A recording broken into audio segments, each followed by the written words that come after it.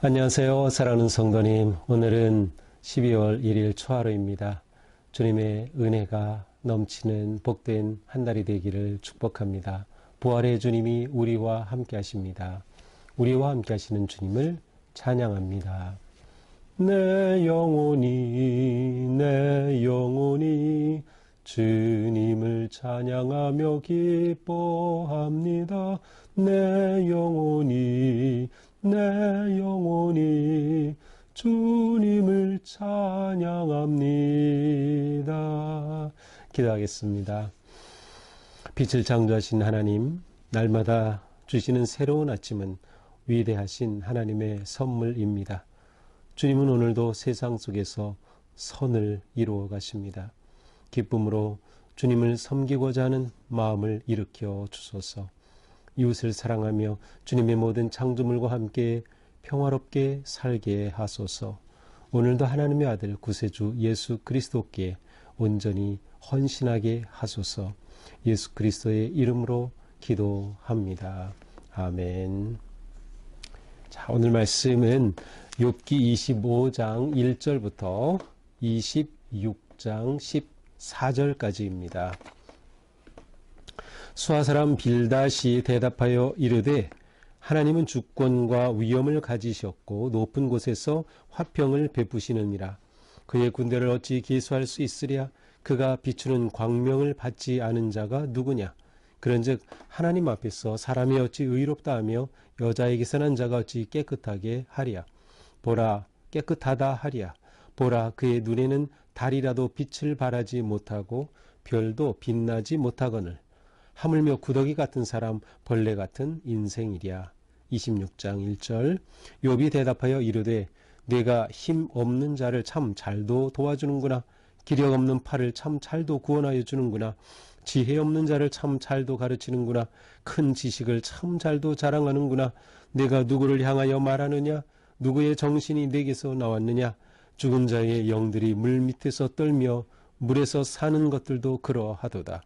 하나님 앞에서는 수월도 벗은 몸으로 드러나며 멸망도 가림이 없음이라. 그는 북쪽을 허공에 펴시며 땅을 아무것도 없는 곳에 매다시며 물을 빽빽한 구름에 싸시나 그 밑에 구름이 찢어지지 아니하느니라. 그는 보름달을 가리시고 자기 구름을 그 위에 펴시며 수면의 경계를 그으시니 빛과 어둠이 함께 끝나는 곳이니라. 그가 꾸짖으신 즉 하늘 기둥이 흔들리며 놀라느니라. 그는 능력으로 바다를 잔잔하게 하시며 지혜로 라합을 깨뜨리시며 그의 입김으로 하늘을 맑게 하시고 손으로 날렵한 뱀을 무찌르시나니 보라, 이런 것들은 그의 행사의 단편일 뿐이요 우리가 그에게서 들은 것도 속삭이는 것일 뿐이니 그의 큰 능력의 우레소리를 누가 능히 헤아리랴. 아멘. 25장은 빌닷이라고 하는 친구의 세 번째 발언입니다. 엘리바스, 빌닷, 소발이라고 하는 이 세 친구들이 차례로 등장하죠. 그리고 그들이 말하고 또 욥이 대답하고 그들이 말하고 이렇게 세 번의 사이클이 돌아가죠. 그래서 이제 세 번째 사이클로 두 번째 친구인 빌닷이 등장한 겁니다. 그런데 빌닷의 말은 25장 1절에서 6절로 아주 짧아요. 그리고 욥의 말은 대답은 6장 1절부터 14절까지입니다. 그래서 이제 어떤 학자들은 빌닷의 말이 너무 짧다. 그래서 6장 5절부터 14절의 25장에 이어지는 빌닷의 말이고 그다음에 욥이 짧게 대답하고 또 27장으로 이어진다라고 보지만 그러나 한편으로는 그렇게 보기보다 여기에 기록된 그대로 이게 욥이 기록된 것이 실수로 그렇게 되지는 않았을 겁니다. 그러니까 빌닷의 말이 욥의 말과 이렇게 합쳐져서 길어진 건 아닐 거예요. 자, 이렇게 빌닷의 말이 아주 짧게 나오고 그리고 또 이제 재미있는 것은 마지막 소발이라는 세 번째 친구 있죠. 그런데 이 소발이라고 하는 세 번째 친구의 세 번째 발언은 아예 없습니다. 그러니까 친구들의 말이 점점 짧아지고 마지막에는 없어진 것까지 보게 되죠. 결국 친구들은 더 이상 욥에게 할 말이 없는 겁니다. 그들이 계속 같은 말을 반복하고 그렇게 욥에 대해서 말했지만 결국 그들은 실제로 더 이상 할 말이 없었던 것이죠. 그들의 지혜로서는 욥의 이 문제를 해결할 수가 없었던 거죠. 아마 그렇게 보는 것이 더 좋지 않을까 생각을 합니다. 자, 25장이죠. 수앗 사람 빌닷이 말합니다. 하나님은 주권과 위엄을 가지셨고 높은 곳에서 화평을 베푸시느니라. 네, 맞는 말이죠. 예, 틀린 말은 아니에요. 그리고 이 세 친구들은 항상 맞는 말을 하곤 합니다. 하나님은 이와 같은 분이시다. 그렇습니다. 하나님은 주권과 위엄을 가지고 높은 곳에서 화평을 베푸십니다. 3절 그의 군대를 어찌 기사할 수 있으랴 그가 비추는 광명을 받지 않은 자가 누구냐. 그렇죠. 하나님의 비추시는 빛을 받지 않은 자는 이 세상에 아무도 없을 겁니다.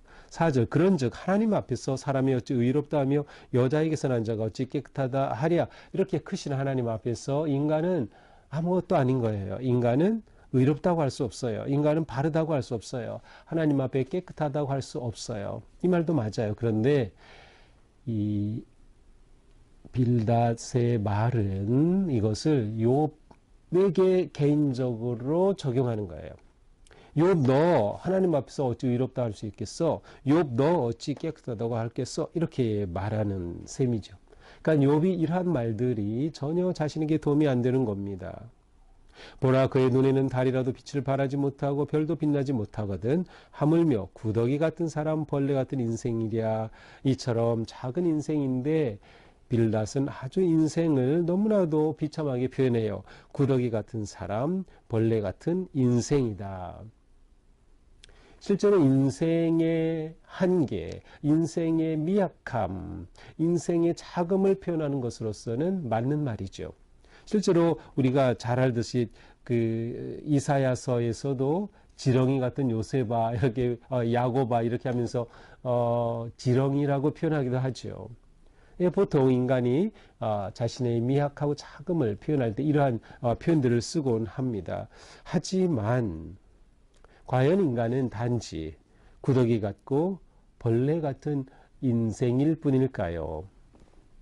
이것은 우리가 다시 생각해 보아야 하는 것이죠.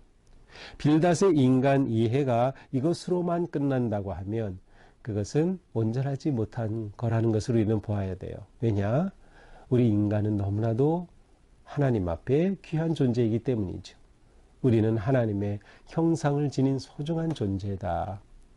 정말 벌레 같은 인생인 거 맞아요. 우리 인생은 너무나도 무유한하고 정말 어리석고 너무 작아요. 그러나 그게 끝이 아니다. 이와 같은 인생을 우리 하나님은 품으시고 생각하시고 돌보시고 위해서 아들을 내어주시기까지 하신다. 이것이 우리가 복음이라고 하는 것이죠.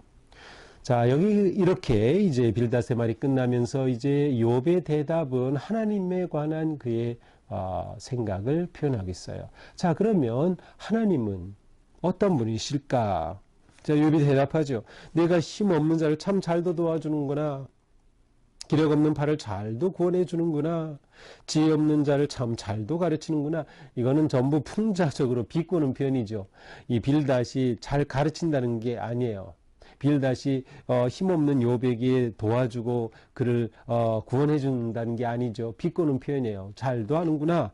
아무런 도움을 받지 못한다는 거예요. 전혀 욥은 친구들의 이 말, 빌닷의 말조차도 그에게 아무 도움이 되지 않습니다. 그러면서 묻죠. 내가 누구를 향하여 말하느냐? 누구의 정신이 내게서 나왔느냐? 자, 26장 4절이에요. 자, 내가 누구를 향하여 말하느냐? 누가 너의 말을 듣겠어? 너같이 말하는 거 누가 듣겠느냐? 누구의 정신이 내게서 나왔느냐? 도대체 내가 말한 그거 어디서 얻은 지혜야? 어디서 나온 지혜야? 라고 묻는 거예요. 그러면서 5절이 연결이 됩니다. 죽은 자들의 영들이 이 친구들의 지혜는 어디서 왔을까요? 조상들로부터 얻은 것, 인간의 역사 속에서 얻은 것이겠죠. 바로 규범적 지혜, 율법적 지혜예요. 그들은 모두 죽었어요. 그래서 죽은 자들의 영들은 너희가 그들에게서 지혜를 얻었어? 하지만 그들은 물밑에서 떨고 있고, 여기 물밑이란 것은 이제 스월이라고 하는 단어와 같이 연결이 되는 건데 죽은 자가 거하는 것이에요. 그래서 조상들은 죽은 자들이 가는 그곳에 있으면서 하나님 앞에 떨고 있고 물에 사는 것들조차도 하나님 앞에 떨고 있지 않느냐. 그것 가지고 무슨 지혜라고 할 수 있겠어? 라는 거죠. 하나님 앞에서는 수월도 벗은 몸으로 드러나며 멸망도 가림이 없습니다. 하나님 앞에서는 수월조차도 죽음의 세계조차도 다 하나님 앞에는 드러나게 돼 있어. 하나님은 너무도 크시고 모든 것을 다 들으시고 아시는 분이라는 거지요. 자, 그러면서 7절에서는 하나님께서는 이러한 하늘 공간, 우주라고 볼 수도 있겠어요. 하늘 공간, 우주를 다스리시는 분으로 이제 말하고 있어요. 그는 북쪽을 허공에 펴시고 땅을 아무것도 없는 곳에 매다시며, 이것은 그 당시에 창세기에 나타나는 그러한 우주관을 보여주고 있어요. 하나님께서 북쪽을 허공에, 이 지구의 북쪽을 허공에다 이렇게 매다시고 또 땅을 아무것도 없는 그런 빈 공간에 이렇게 매다신 것이라 이렇게 생각하고 있는 것이죠. 물을 빽빽한 구름에 싸시나 그 밑에 구름이 찢어지지 아니하느니라. 그렇죠. 비가 올 때는 구름이 빽빽한데 거기서 비가 쏟아지니까 옛날 사람들은, 이 당시 사람들은 하나님께서 이렇게 물을 가두는 큰 보자기가 있다고 생각했죠. 그리고 거기에 문을 열어 비가 쏟아진다. 그런데 하나님께서는 이렇게 모든 것들을 구름에 싸고 계시지만은 구름이 찢어지지 않는다.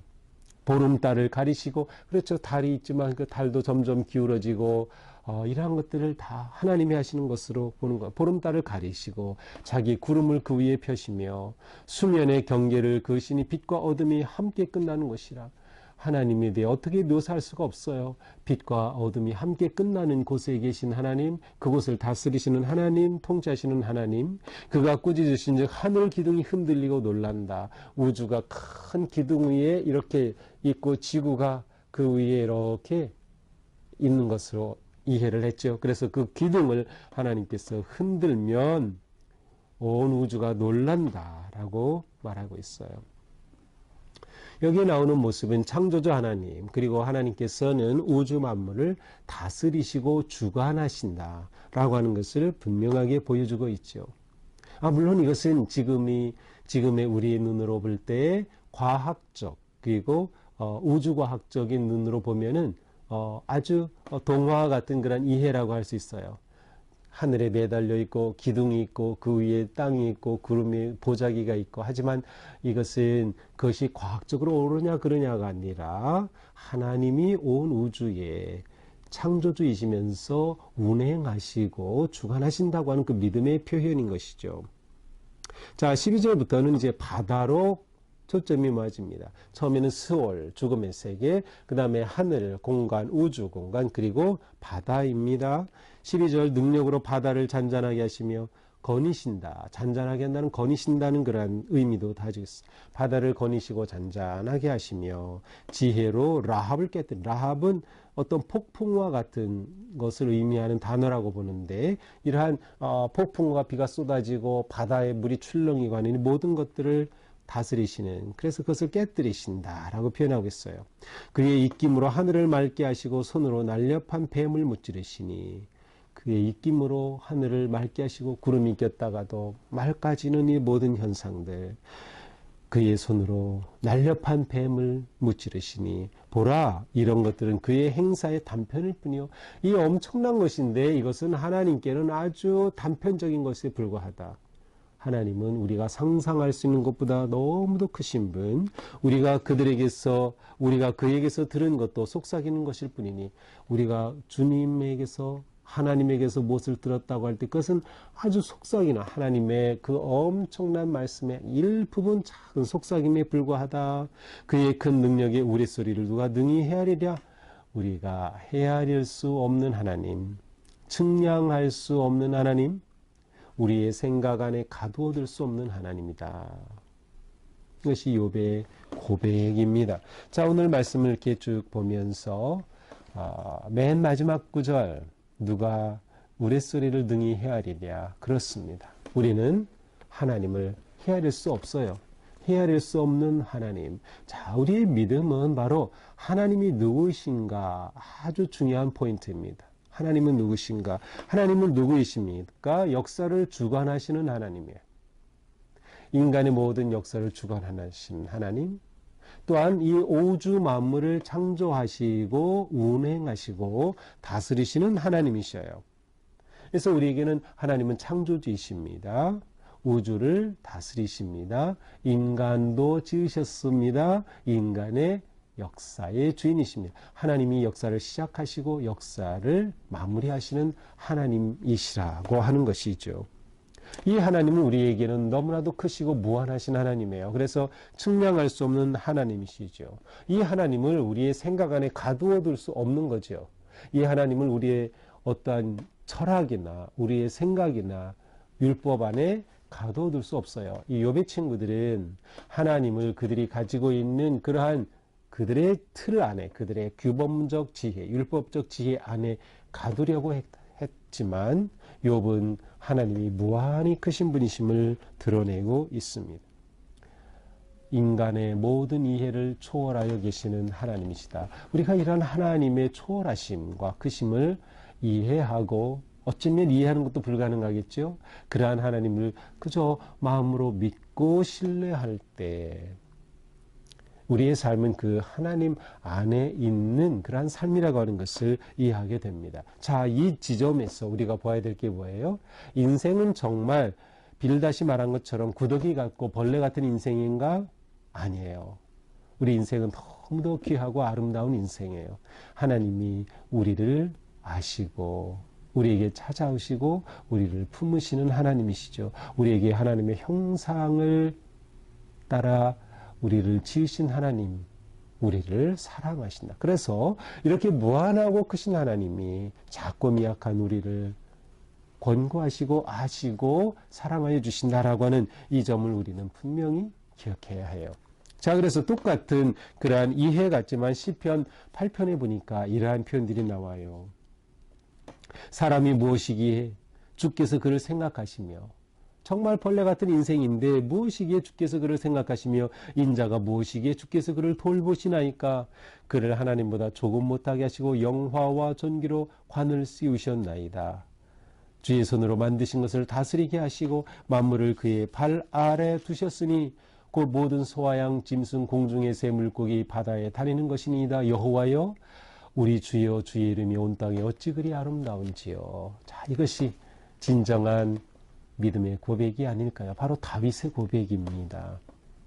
빌닷이 알 수 없었던 그가 가지고 있던 한계를 뛰어넘어서 우리의 믿음이 하나님은 어떤 분이신가? 그렇다면 그 하나님 아래 있는 나 인간이해 나는 누구인가를 본다면 우리의 믿음의 삶은 언제나 감사와 찬양과 은혜 안에 이어지는 복된 삶이 될 것입니다. 이 날 한 달도 주님의 크신 은혜와 사랑 안에서 우리의 삶이 승리하고 또 찬양하고 세워지는 그러한 복된 우리의 삶이 되기를 축복합니다. 우리 기도하겠습니다.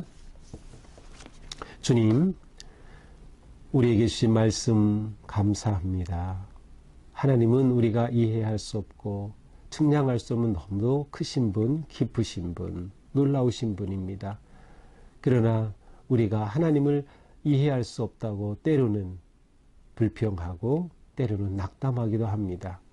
저희들의 어리석음입니다. 주님, 크신 하나님, 놀라우신 하나님을 온전히 신뢰할 수 있는 믿음 주옵소서. 그 하나님께서는 나처럼 미천한 자를 사랑하여 주시니 우리가 얼마나 하나님 은혜 안에 존귀한 자인지를 감사하며 주어진 삶의 자리에서 기쁨과 찬양의 삶으로 주님의 뜻을 이루어가는 아름다운 자녀들로 세워주시옵소서. 주님 앞에 세워진 거룩하고 복된 우리의 삶, 주님의 기쁨이 되고 영광이 되는 삶으로 세워주시옵소서.